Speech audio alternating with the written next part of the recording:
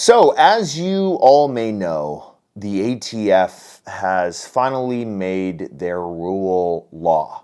How does that make sense? Well, it doesn't make sense, and it's still not a law. It's a rule. It's like me saying, well, hey, Hunter Biden, no smoking crack during the week. Only on the weekend. Does he really care? No, he doesn't. But there have been some questions in regards to what the ATF is going to do now. They think they accomplished something great. They think that somehow they're keeping murders from happening, or I don't know, shootings in general. Let me give you a quick tip, ATF. If the American public, the civilian, the law-abiding people of this country have a problem or had a problem with this whole pistol brace ban deal, do you think criminals also had a problem with it? Like if some criminal who uses a gun to facilitate his business, which is robbing people, and he has an AR pistol with a brace on it, do you think he was like, oh, the ATF, oh man, they're gonna show up. So what y'all have tried to do is essentially do a major disarming of the American people. Not criminals, just the American people who obey the law.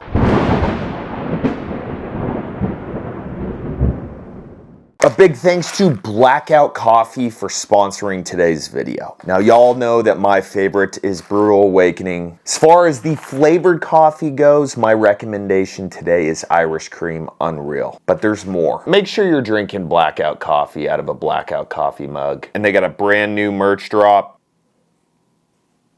And then at work, no, we're on duty. And if that isn't enough, Blackout Coffee is a company that truly believes in the Second Amendment. Owners that are God-fearing patriots, and they donate 2 cups of coffee for every bag sold to our deployed troops overseas. So we're giving you a discount. The link's below the video. Go grab you some amazing coffee and gear.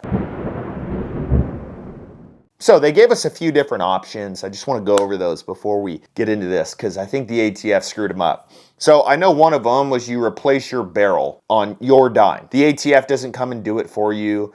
They don't pay you for the new barrel. They don't pay you for the labor. Nope, you just do that on your own, even though you bought the gun legally. Makes a lot of sense, right? Oh, I imagine a lot of people did that. 2, they said take the brace off and destroy it. Okay, pretty self-explanatory there. Now that's all they said about that, okay? We'll come back to that. 3, they said you can turn the entire firearm in. Oh, how many did y'all collect? Like 4, 3? And lastly, they let people register them as short-barreled rifles, tax-free. So let's start with that. Let's go over how many people actually registered these guns. So the Deputy Chief of the ATF Public Affairs Division, wow, what a title that is, said as of June 1st, the ATF received 255,162 applications. Can I just say that for all of you who did this, you are probably the first on ATF's list. I mean, there are anywhere from 10 to 40 million guns in this country that needed to be registered, and they only got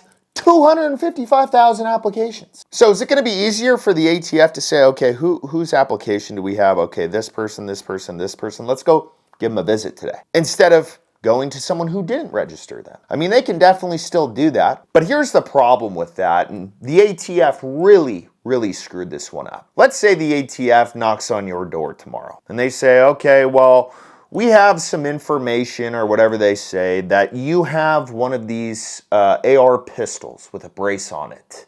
And we're here to collect the brace. You know, just some BS they usually do with the triggers or with the solvent trap or whatever else. ATF, let me tell you how this would go. First, if they're smart, they're not going to say anything to you. They're going to ask you if you have a warrant, and if you don't, they'll either give you their attorney's phone number, or they'll just send you on your way. Maybe a good old pat on the ass. Hey, good job, guys. But if they do decide to talk to you, I think it was option 2 that I brought up. You guys said I could destroy it. Didn't say anything about me telling you if I destroyed it. Didn't say anything about me providing proof that I destroyed it. What are they going to say? Oh, well, no, now we do need proof. Okay, well, go to the dump, bro. Put your whole ATF on a special mission at the dump. See how many pistol braces you can find. And make sure that whichever one you find, you can link to me. Here's the other part that I want to bring up, and the ATF director is an attorney, right? So he goes and testifies in front of Congress. I think I've showed this already, but he said this.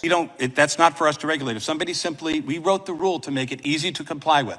If somebody just at their home detaches the weapon from the brace and keeps them apart, they do not have to register anything. They can keep the brace, they can keep the business end of the gun. Okay, so what else is there to say? Now, I don't recommend this, but if somebody pulls that video up and says, he just said I remove it, what is a field agent going to be like, oh no, he's wrong? You sure? Because he's the ATF director, and you're a field agent trying to bust my balls. Now, I want to go back to the people who registered their guns, because while the people who did register them are probably on the top of the ATF's list here, this is going to be pretty dang funny for the ATF. You ready? If I want to go create or buy a short-barreled rifle tomorrow, what do I need to do? I need to go fill out all the tax forms, and then I have a waiting period, and then I get it. So do you think a lot of people just took advantage of your free tax stamp? Meaning, well, you know what? I can't have this brace on this gun anymore, and they're calling it a short-barreled rifle. So what I can do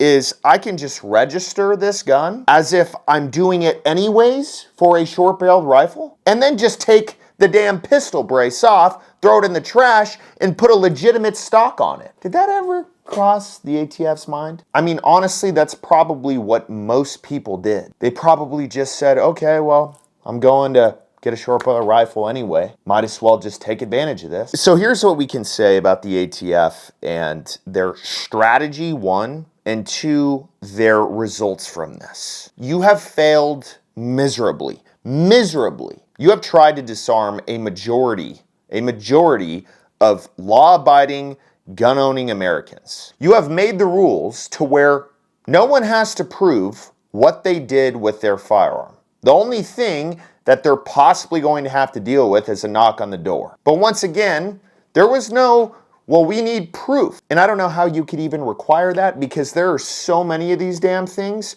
You would have to hire half of the nation to review every single picture. Oh, well, this looks legit. Well, he burned a side of it, so it looks like he could still possibly shoulder it. Bravo. I mean, for the ATF's next trick, can't wait.